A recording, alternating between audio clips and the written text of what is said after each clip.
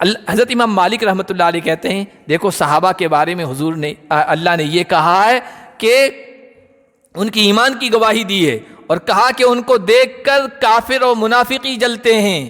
اگر کسی بھی صحابی کے سلسلے میں اگر بغض، نفرت، جلن کسی کے دل میں ہے تو وہ اپنا مقام اس آیت میں دیکھ لے کہ وہ کدھر کھڑا ہے۔ کون جلتا ہے کسی صحابی سے؟ کوئی بڑے سے بڑا پروفیسر ہو، کوئی انجینئر ہو، کوئی ڈاکٹر ہو، کوئی ماہر ہو، صحابہ کے بارے میں غلط بولتے ہوئے سنیں تو سمجھ لینا یہ غلط ہے، چاہے وہ زبان کا کتنا ہی ماہر کیوں نہ ہو، چاہے بڑی بڑی دعوے کرنے والے ہو، بڑی بڑی باتیں کرنے والا ہو اور حدیثوں کے نمبر پیش کرنے والا ہو، قرآن کی آیتیں زبانی بتانے والا ہو، کچھ بھی ہو، کسی صحابی کے بارے میں کچھ کہے، اس آیت میں، اس آیت کے آئینے میں اس کا مقام دیکھ لینا۔ لقد صدق اللہ رسولہ الرؤیا بالحق لتدخلن المسجد الحرام ان شاء اللہ آمنین محلقین رؤوسکم ومقصرین لا تخافون فعلم ما لم تعلموا فجعل من دون ذلك فتحا قریبا۔ آج کے درس کا آغاز ہم اللہ کے فضل و کرم سے سورہ الفتح کی آیت نمبر 27 سے کر رہے ہیں۔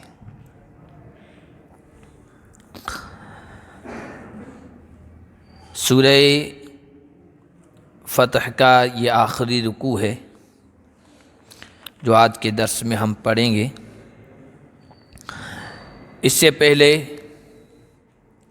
ہم پڑھ چکے ہیں کہ اللہ کے نبی صلی اللہ علیہ وسلم صحابہ کرام رضوان اللہ علیہم اجمعین کو لے کر عمرے کی نیت سے مکہ تشریف لے گئے تھے،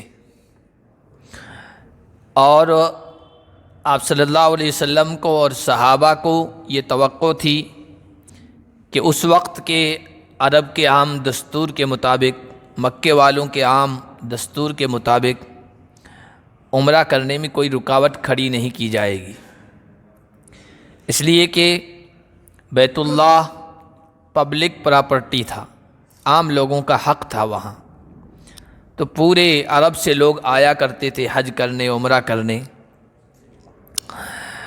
چاہے وہ کتنا ہی مخالف کیوں نہ ہو۔ تو ان کو بھی یہی امید تھی کہ ہمیں بھی قریش کے لوگ روکیں گے نہیں، عمرہ ادا کرنے دیں گے۔ لیکن اللہ کے نبی صلی اللہ علیہ وسلم کے پہنچنے کی خبر اور مکہ کے قریب پہنچنے کی خبر جب قریش کے لوگوں کو پہنچی تو انہوں نے خالد ابن ولید جو بعد میں مسلمان ہوئے، ان کی سرکردگی میں ایک ٹکڑی ان کے فوجیوں کی بھیج دی تھی۔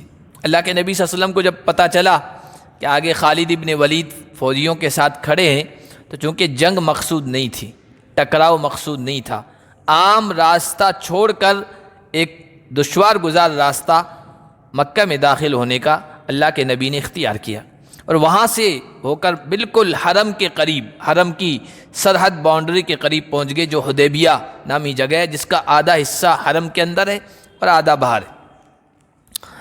پھر وہاں پر رکاوٹیں کھڑی کی تو آپس میں بات چیت اور صلح کی گفتگو کا آغاز ہوا، اس کی تفصیل ہم پڑھ چکے ہیں،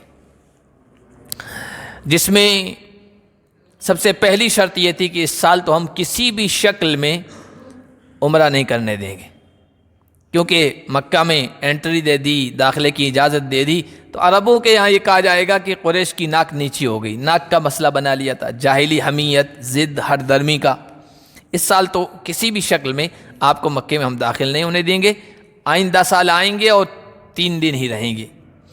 اس کے علاوہ بھی کچھ شرطیں تھیں، مسلمانوں کے اعتبار سے وہ شرطیں بہت ہی پریشان کن تھی، بہت ہی کمزور تھی، مسلمانوں کے حساب سے ان کے پکش میں نہیں تھی۔ اللہ تعالیٰ نے اس کا تذکرہ کیا پوری صورت میں، پیچھے ہم پڑھ چکے ہیں۔ اگر اللہ چاہتا تو ٹکراؤ کر دیتا، مقابلہ کروا دیتا، لڑائی ہو جاتی، اور اگر لڑائی ہوتی تو اللہ فرما رہے ہیں کہ پیٹھ دکھا کر، دم دبا کر وہ بھاگتے، اللہ تمہاری مدد کرتا، لیکن اللہ نے لڑائی نہیں ہونے دی۔ اس میں اللہ کے لیے حکمتیں تھیں، مصلحتیں تھیں۔ اس کی وجہ یہ تھی مکے میں کچھ لوگ ابھی تک ایسے تھے جو اپنا اسلام ایمان چھپا کے رہ رہے تھے، خفیہ طریقے سے رہ رہے تھے، اور ہجرت انہوں نے ابھی تک نہیں کی تھی، کمزور لوگ تھے، اور وہ مکے والوں کے بیچ میں رہ کر اللہ کے نبی کو خفیہ پیغامات بھی پہنچایا کرتے تھے۔ اس کا ایک فائدہ یہ بھی تھا، اب لڑائی ہو جاتی تو مشرک کیا کرتے؟ سب سے پہلے ایسے ہی لوگ جو شک کے دائرے میں تھے انہی کو آگے کرتے، تو مسلمان کے ہاتھ سے مارا جاتا، اور اگر وہ بیچارے نہیں نکلتے مشرکوں کے ساتھ تو بعد میں ان پر ظلم و ستم کے پہاڑ ڈھائے جاتے کہ یہ لوگ ہیں پکے سچے مسلمان، تبھی تو ہمارے ساتھ نہیں نکلے تھے۔ تو اللہ نے اس کو بھی بیان فرمایا تھا کہ اللہ علم والا ہے، حکمت والا ہے، اس نے حکمت و مصلحت کے تحت ٹکراؤ نہیں ہونے دیا، ٹکراؤ ہو جاتا تو بھی جیت تمہاری ہی تھی۔ تو اس کا تذکرہ ہوا ہے۔ اللہ کے نبی صلی اللہ علیہ وسلم کو داخل نہیں ہونے دیا گیا، پھر جو اللہ کے نبی نے وہیں قربانیاں ذبح کی، حلق کروایا، بال منڈوائے، پھر صحابہ سے کہا یہیں سے واپس چلو۔ اس کی پوری کیفیت ہم بیان بھی کر چکے ہیں اس سے پہلے۔ جب واپس مدینہ آئے نا تو مدینہ آنے کے حالانکہ مدینہ آنے سے پہلے مکہ سے روانہ ہونے کے بعد 20-22 میل کا فاصلہ طے کیا تھا کہ یہ سورہ نازل ہو چکی تھی، اور مسلمانوں کے دلوں میں ایک تھوڑی سی خلش، اندر چبن جو تھی نا، یار بالکل قریب پہنچ کر محروم ہو کر عمرے سے واپس جا رہے ہیں، اور اتنی دب کر ہم نے صلح کی ہے۔ اللہ تعالیٰ نے یہ صورت نازل کر دی تھی اور سکینہ نازل کر دیا تھا، اس فیصلے پر ان کو راضی کر دیا تھا، ان کے دلوں میں یہ بات ڈال دی تھی کہ اگرچہ ظاہری اعتبار سے صلح میں تم نے دب کے صلح کی ہے، لیکن آگے مستقبل انجام آپ لوگوں کا اچھا ہوگا، اللہ آپ کو فتح عطا فرمانے والے ہیں، کھلی ہوئی فتح۔ تو اطمینان ہو گیا تھا، لیکن مدینے جب پہنچے تو وہاں منافق لوگ تھے۔ منافقین کا کام ایسے موقع پہ ہوتا ہے پورا۔ منافق کہنے لگے ارے بھائی تم کو تو اپنے رسول کے خواب پر تو پورا یقین تھا، اس خواب کو سچا سمجھ کر اس کی صداقت پر یقین کرتے ہوئے تم تو نکل گئے تھے عمرے کے لیے، عمرہ کر کے واپس آ گئے۔ یہ تانے دیے، یہ چوٹ والے جملے کہنے شروع کیے، تو وہ جو اندر چبن تھی اس کو تازہ کر دیا عمرہ نہ کرنے کی۔ اللہ کے نبی صلی اللہ علیہ وسلم کے پاس آ کر شکایت کی، رسول اللہ منافقین اس طرح کی باتیں کر رہے ہیں۔ اللہ کے نبی صلی اللہ علیہ وسلم نے کہا دیکھو اللہ نے خواب دکھایا تھا، نبی کا خواب سچا ہوتا ہے، نبی کے خواب میں نفس کا یا شیطانی اثر کا احتمال نہیں ہوتا ہے، یہ آپ یاد رکھیں، نبی کا خواب وہی ہوتا ہے، سچا ہوتا ہے، صادق ہوتا ہے۔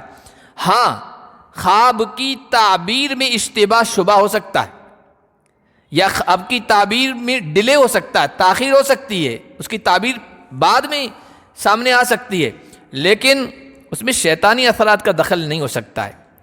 خواب کی تعبیر میں شبہ کیسے؟ حضور علیہ الصلوۃ والسلام کو خواب میں دکھایا گیا مکہ چھوڑ کے ہجرت کر رہے ہیں، جس جگہ ہجرت کر رہے ہیں وہ زمین پتھر والی ہے، تھوڑی سخت زمین ہے، کنکریلی زمین ہے، وہاں پانی بھی ہے، وہاں کھجور کے باغات بھی ہیں، یہ دکھایا گیا۔ تو اس خواب کی تعبیر حضور کے ذہن میں یہ آئی کہ یمن میں ایک حجر نامی جگہ وہ ہے، وہ اسی طرح کی تھی، حالانکہ یثرب جو بعد میں مدینہ بنا اس کی زمین بھی اسی طرح تھی اور یثرب ہی مراد تھی، تو تعبیر میں تھوڑا شبہ ہوا ہے۔ اسی طرح خواب کی تعبیر دیر سے آ سکتی ہے، لیکن خواب جھوٹا نہیں ہو سکتا، دیر سے آنے کی تعبیر یہی صلح حدیبیہ والی تھی۔ تو اللہ کے نبی نے صحابہ سے کہا کہ دیکھو خواب تو سچ ہے، لیکن اللہ نے اس میں یہ نہیں بتایا تھا کہ کب عمرہ کرو گے، میں نے بھی تمہیں نہیں کہا، میں نے تو صرف خواب بیان کر دیا تھا۔ پھر تمہارے اندر جو مکے کے بیت اللہ کے اپنے وطن سے جذبات کا جو تعلق تھا وہ بےتاب ہو گئے، اور تم نے کہا کب چلیں گے کب چلیں گے، تو ہم نے کہا چلو چلتے۔ اللہ نے تو نہیں بتایا تھا کہ اسی سال عمرہ کرو گے، اللہ نے کہا تھا کہ عمرہ کرو گے، تو تعبیر تو پوری ہونی ہے، کب پوری ہونی ہے؟ تو اللہ نے اسی موقع پر یہ آیتیں اتاری اور اللہ کے نبی نے یہ بتایا، لقد صدق اللہ رسولہ الرؤیا بالحق،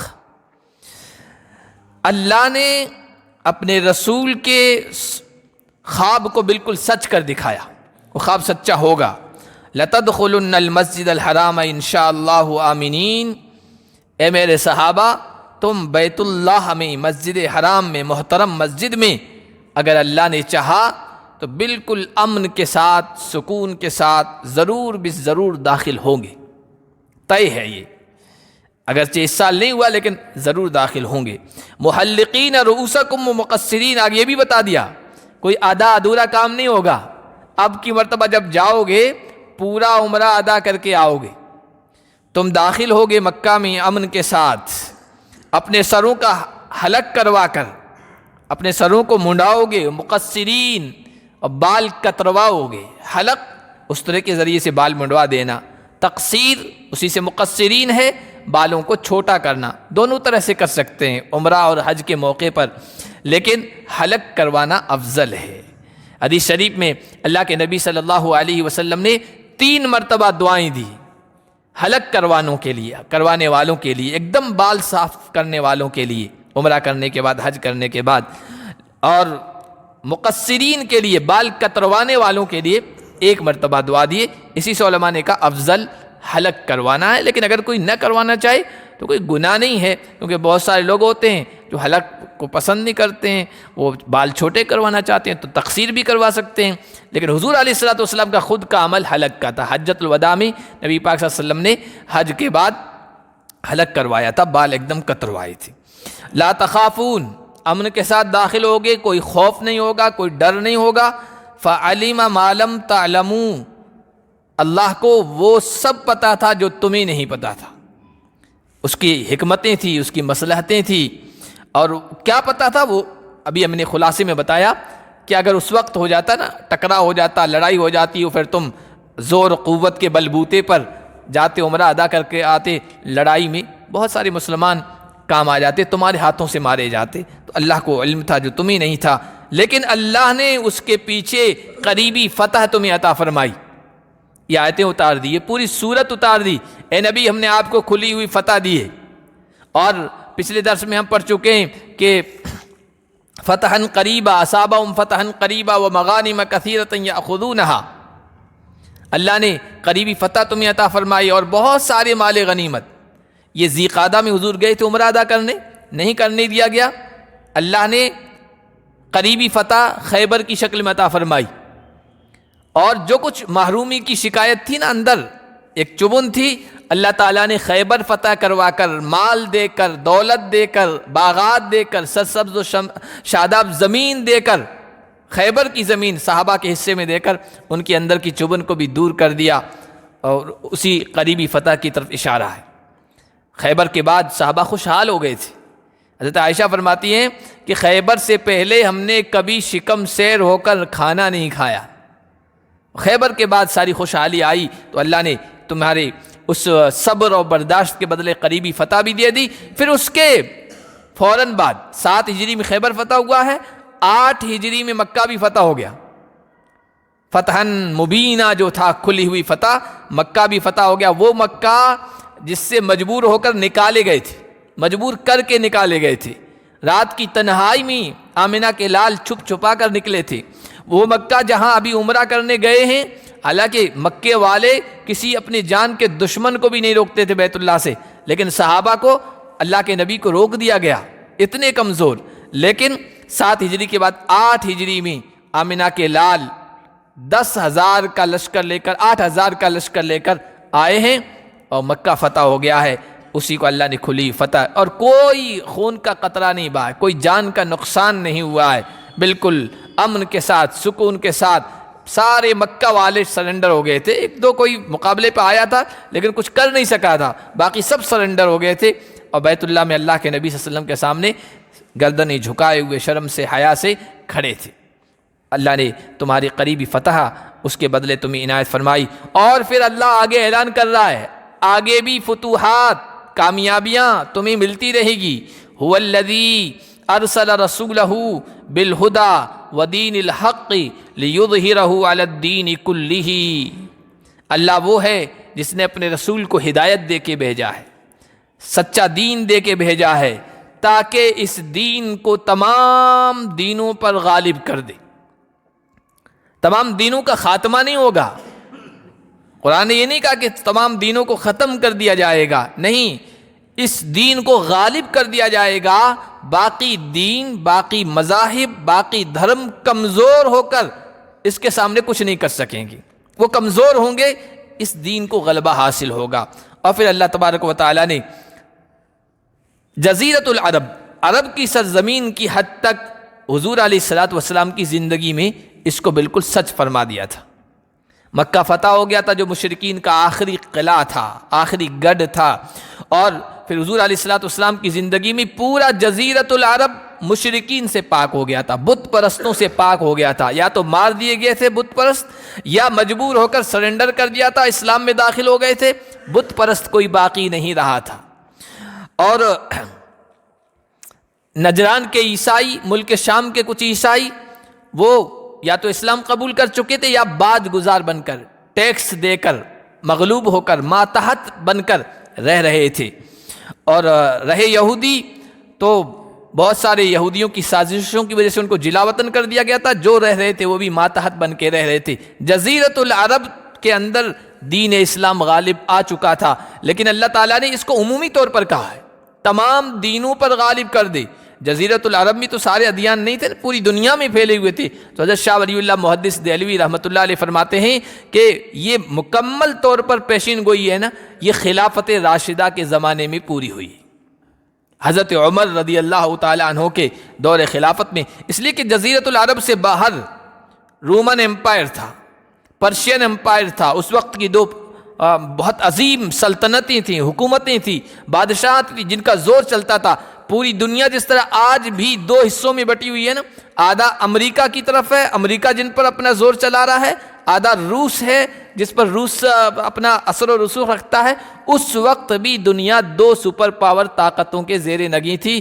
ایک کو رومن امپائر کہتے تھے، ایک کو پرشین امپائر کہتے تھے. رومی لوگ جو تھے وہ عیسائیت اپنانے والے تھے، صلیبی تھے. اور جو پرشین، فارس کی، ایران کی جو حکومت تھی، یہ مجوسی تھی، آگ کی پوجا کرنے والے.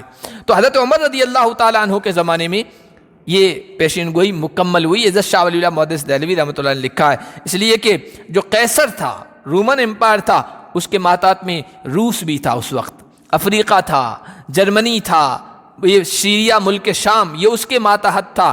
حضرت عمر کے زمانے میں یہ بھی علاقے فتح ہوئے ہیں. اور دوسری طرف کسرا تھا، پرشین امپائر، خراسان، توران، ترکستان، یہ سارے علاقے تھے مجوسی حکومت کے ماتحت تھے، آگ کی پوجا کرنے والے. فیروزی جنہیں کہا جاتا ہے، آتش پرست، ان کے ماتحت تھے. خلافت راشدہ کے زمانے میں یہ پیشین گوئی پوری ہوئی. اور پھر آدھی دنیا پر مسلمانوں کا جھنڈا اسلام کا لہرا رہا تھا. باقی آدھی دنیا کی ہمت نہیں تھی ان کے سامنے آنکھ دکھا سکیں اور سامنے کھڑے ہو سکیں. یہ تقریباً جنگ صفین جو ہوئی ہے 35 ہجری تک، یعنی 50 سال یوں کہیے، حضور علیہ الصلوۃ والسلام کی ملا کر 50 سال تک شان اور شوکت کی حکومت رہی. اس کے بعد چونکہ اسلامی جو نظام سلطنت ہے نا، وہ خلافت والا، اور جو اس زمانے میں رائج تھا وہ راجاؤں کا، مہاراجاؤں کا، نوابوں کا، اس کو ملوکیت کہتے تھے. تو صفین کے بعد جو حالات شروع ہوئے نا، وہ ملوکیت والے، وہ بادشاہت والے. باپ بن گیا، باپ کے بعد بیٹا بن گیا، پھر نسل در نسل خلیفہ بنتے چلے گئے. عباسی آئے، پھر اموی آئے، اور پھر اس طرح حکومتیں بدلتی. اس میں ایک اعتبار سے تو غلبہ رہا مسلمانوں کا، لیکن اسلام کو کمزوری آتی چلی گئی. 4 صدی ہجری میں مسلمانوں میں کمزوری آئی. پھر جو ہے 6 صدی ہجری میں تو انتہائی کمزوری اپنی انتہا کو پہنچ گئی تھی. اور 7ویں ہجری میں تاتاریوں نے حملہ کیا ہے مسلمانوں پر. اور تاتاریوں کے حملے کے بعد، اس کی تفصیل میں ہم نہیں جانتے کتنا خطرناک تھا، ان کے حملے کے بعد آج تک مسلمان سنبھل نہیں پائے. ترکوں نے، یہ جو عثمانیہ خلافت ہے، انہوں نے مقابلہ کیا یورپ کا، لیکن بہرحال مسلمان مجموعی اعتبار سے کمزور ہی رہے ہیں. وہ جو پہلے والی شان و شوکت تھی وہ نہیں رہی جو صفین سے پہلے تک کی تھی. صفین کے بعد آپس میں اختلافات پیدا ہو گئے تھے. تو سیاسی طور پر 50 ہجری تک مسلمانوں کا مضبوط ترین غلبہ تھا. اس کے بعد بھی رہا، لیکن تاتاریوں کے بعد وہ سیاسی جو غلبہ تھا، جو طاقت تھی، جو قوت تھی، اس میں کمزوری آ گئی اور آج تک وہ مسلمانوں میں چلی آ رہی ہے۔ 52-56 ممالک ہونے کے باوجود آپ دیکھیے ایک چھوٹا سا ملک ہے اسلامی ممالک کے بیچ میں، اور وہ کس طرح اپنی منمانی کر رہا ہے، کس طرح ظلم و ستم ڈھا رہا ہے فلسطینیوں پر، اور وہ ممالک کچھ نہیں کر سکتے۔ یہ کمزوری اور دوسروں کی محکومی اور غلامیت کا اثر ہے۔ دوسری دو بڑی طاقتیں ہیں، ان کے زیر اثر مسلمان حکومتیں بھی رہ رہی ہے، یہ کمزوری ہی کی علامت ہے۔ خود مختار ہوتے، سیاسی قوت ہوتی، سیاسی اثر و رسوخ ہوتا، غلبہ ہوتا، تو آج یہ حالت نہیں ہوتی۔ دنیا کے میپ سے، نقشے سے، گلوبل میپ سے اسرائیل کا نام مٹا دیا جاتا، لیکن نہیں ہو رہا ہے، یہ سیاسی کمزوری کی وجہ سے۔ تو سیاسی غلبہ بھی اللہ نے عطا فرمایا دین اسلام کو، اور دلیل کے اعتبار سے تو بہرحال ہمیشہ اسلام غالب رہے گا۔ لِيُظْهِرَهُ عَلَى الدِّينِ كُلِّهِ، تمام دینوں پر دلیل کے اعتبار سے، دلیل کی طاقت کے اعتبار سے اسلامی تعلیمات برحق ہیں، صداقت والی ہیں، سچی ہیں، قیامت تک کے لیے ہیں، اور اس کے سلسلے میں جو دلائل ہیں، جب اسلامی تعلیمات کا ماہر بیٹھے گا اور سامنے دھرموں والے، مذاہب والے بیٹھیں گے، سب کو خاموش کر دے گا۔ ہر ایک مولوی نہیں کہ ہر کوئی ٹی وی پر آتے ہیں وہ کوئی مولوی نہیں، نمائندہ نہیں ہے نا، ان کو سمجھ کر لوگ سمجھتے ہیں کہ سارے مولوی ایسے ہیں۔ ہم بھی نہیں کہتے ہم نمائندہ ہیں، لیکن واقعی جو اسلامی تعلیمات میں گہرائی رکھتے ہیں اور اس کا مطالعہ کرتے ہیں، ان کے سامنے آج تک دنیا کا کوئی مذہب، باطل مذہب ٹک نہیں سکا ہے، چاہے وہ کوئی عالم کی شکل میں ہو یا غیر عالم ہو جس نے اسٹڈی کی ہو، مطالعہ کیا ہو، اور جو کمپریٹیو اسٹڈی ہے مذاہب کی، دھرموں کی، اور اس پر گہرائی سے پورا رکھتا ہو اثر، وہ جب بات کرتا ہے تو سب ان کے سامنے کمزور ہی پڑ جاتے ہیں۔ ڈاکٹر ذاکر نائک ہو، اور ابھی ایک نوجوان عالم دین ہے دیوبند سے فارغ، باہر بیٹھ کے کام کر رہے ہیں، واجدی صاحب ہیں، امریکہ میں رہتے ہیں، ملحدوں کو، ایتھسٹوں کو ان سے مناظرہ کرتے ہیں، ڈیبیٹ کرتے ہیں اور خاموش کر دیتے ہیں۔ تو دلیل کے اعتبار سے الحمدللہ دین اسلام کو غلبہ حاصل ہے، اور اس کی سب سے بڑی دلیل یہ ہے کہ اسلام، اہل اسلام کمزور ہونے کے باوجود، جن ممالک میں وہ کمزور ہیں، ہمارا یہ ملک ہو، امریکہ ہو، برطانیہ ہو، یورپ کا کوئی بھی ملک ہو، کمزور ہونے کے باوجود جب دین اسلام کی تعلیمات لوگوں کے سامنے آتی ہے تو سب سے زیادہ قبول کرنے والے دین اسلام کے نو مسلم جو اسلام قبول کرتے ہیں، آپ سرچ کی تحقیق کر لیجئے، سب سے زیادہ گرو کرنے والا، فاسٹیسٹ گرو ریلیجس وہ اسلام ہے۔ سب سے زیادہ جس کو قبول کر رہے ہیں لوگ، اپنا رہے ہیں، وجہ کیا اس کی؟ دنیا سیاسی اعتبار سے تو ہم کمزور ہیں، کہیں ہمارا وزن ہی نہیں ہے پوری دنیا میں اس وقت، لیکن پھر بھی لوگ اسلام قبول کیوں کر رہے ہیں؟ یہاں تو قانون بنانے کی باتیں ہو رہی ہے دھرم جو ہے پریورتن کے سلسلے میں، جبکہ ہم کمزور ہیں ہر اعتبار سے، پھر کیوں قانون لایا جا رہا ہے؟ ہونا تو نہیں چاہیے ایسا، کیوں؟ اس لیے کہ لوگوں کے دلوں پر اسلام راج کرتا ہے، اس کی قوت دلیل کی قوت ہے، دلیل کی طاقت ہے جو دلوں کو جیتتا ہے، اس لیے لوگ اسلام کی طرف آ رہے ہیں۔ تو یہ اللہ نے یہی فرمایا ہے لِيُظْهِرَهُ عَلَى الدِّينِ كُلِّهِ، سیاسی اعتبار سے بھی غلبہ تھا، لیکن دلیل کے اعتبار سے دین اسلام ہمیشہ غالب رہے گا، اللہ اس کو غلبہ عطا فرمائے گا، اور سیاسی اعتبار سے بھی آگے غلبہ ملے گا۔ یہ بات بھی جان رکھیں، حدیثوں میں آیا، پیشین گوئی آئی ہے، اور وہ غلبہ بھی وہیں فلسطین سے، ملک شام سے ہونا شروع ہوگا، یہ بھی ہے حدیثوں میں، جہاں آج زبردست جنگ چھڑی ہوئی ہے نا، وہاں سے ہی دین اسلام کو غلبہ حاصل ہوگا، امام مہدی بھی وہاں آئیں گے، دجال کا قتل بھی وہیں ہوگا، اور ساری جو جنگیں ہوگی وہ میدان وہی ہے۔ وَكَفَى بِاللَّهِ شَهِيدًا، یہ صداقت ہے، یہ سچائی ہے، یہ حقیقت ہے، اور اس حقیقت پر اللہ گواہ ہونے کے اعتبار سے کافی ہے، کوئی مانے یا نہ مانے، یہ اللہ کی گواہی ہے، اور اللہ کی گواہی کبھی غلط نہیں ہو سکتی ہے۔ محمد الرسول اللہ، محمد اللہ کے رسول ہیں۔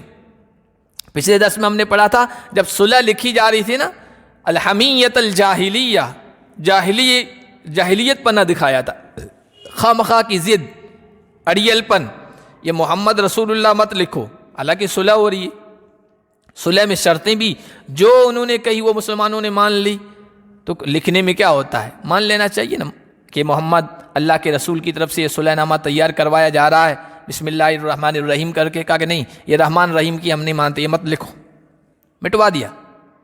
پھر محمد الرسول اللہ لکھا کہ محمد عبداللہ کے بیٹے یہ ہم جانتے ہیں، رسول اللہ ہم نہیں مانتے ہیں، مٹاؤ اس کو، وہ بھی مٹا دیا گیا، وہ ماننے کے لیے تیار نہیں تھے۔ تو اب اللہ نے گواہی دی، تم مانو یا نہ مانو، یہ محمد اللہ کے رسول ہے، اور آج صلح کر رہے ہیں دب کر، کمزور ہو کر، لیکن ان قریب ہم ان کو غلبہ عطا کرنے والے ہیں، فتح عطا کرنے والے ہیں، یہ بھی ہماری طرف سے پیشین گوئی ہے۔ والذین معہ اشداء علی الکفار، اور جو محمد کے ساتھ ہیں ان کی خوبیاں بیان کی۔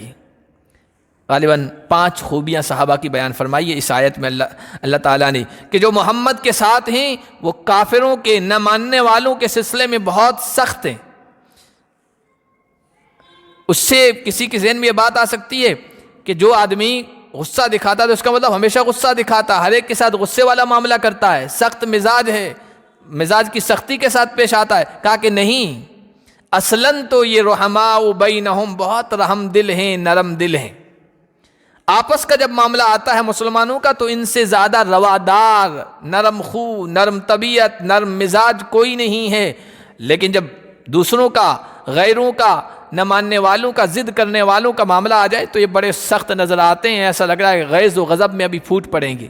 اور صلح حدیبیہ میں یہ دیکھا بھی گیا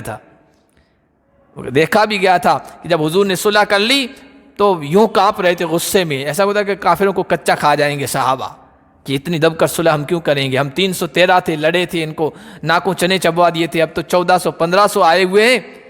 غیظ و غضب تھا وہ، لیکن جب اپنا معاملہ آتا ہے اپنوں کا، بہت نرم ہیں آپس میں۔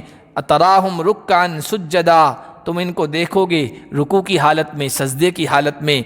رکوع اور سجدہ نماز کی اہم کیفیتیں، اہم حالتیں ہیں۔ مراد یہ ہے کہ عبادت کرنے میں ان کو کثرت سے تم دیکھو گے، خوب اللہ کے سامنے جھک رہے ہوں گے، سجدہ کر رہے ہوں گے۔ یبتغون فضلا من اللہ ورضوانا، اور یہ اللہ کے فضل، مہربانی اور اللہ کی خوشنودی چاہتے ہیں۔ دنیاوی کی لالچ، حرص مقصود نہیں ہے، دنیا کو دکھانا مقصود نہیں ہے، ریا مقصود نہیں ہے۔ ان کے دلوں کی کیفیت کے بارے میں اللہ کہہ رہے ہیں بہت مخلص لوگ ہیں، صرف اللہ کی رضامندی کو چاہتے ہیں۔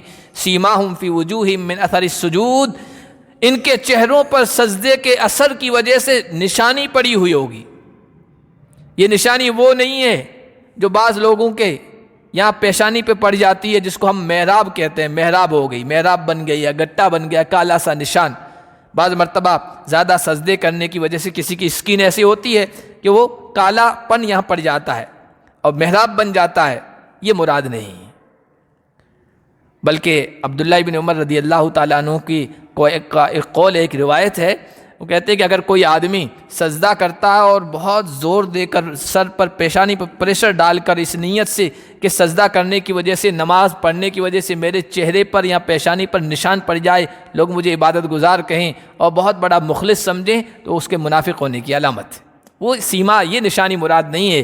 یہ تو عبادت، ریاضت، اللہ کی خوب اخلاص کے ساتھ عبادت کرنے کی وجہ سے، دل نورانی ہونے کی وجہ سے ایک خاص قسم کی کیفیت، روحانی کیفیت، روحانی ایک نور جو ہے نا وہ چہرے پہ چھا جاتا ہے۔ اللہ والوں کو دیکھو، اللہ والے جو بزرگ ہوتے ہیں ان کے چہروں پر ایک عجیب سی کیفیت روحانی ہوتی ہے، آدمی متاثر ہوتا ہے۔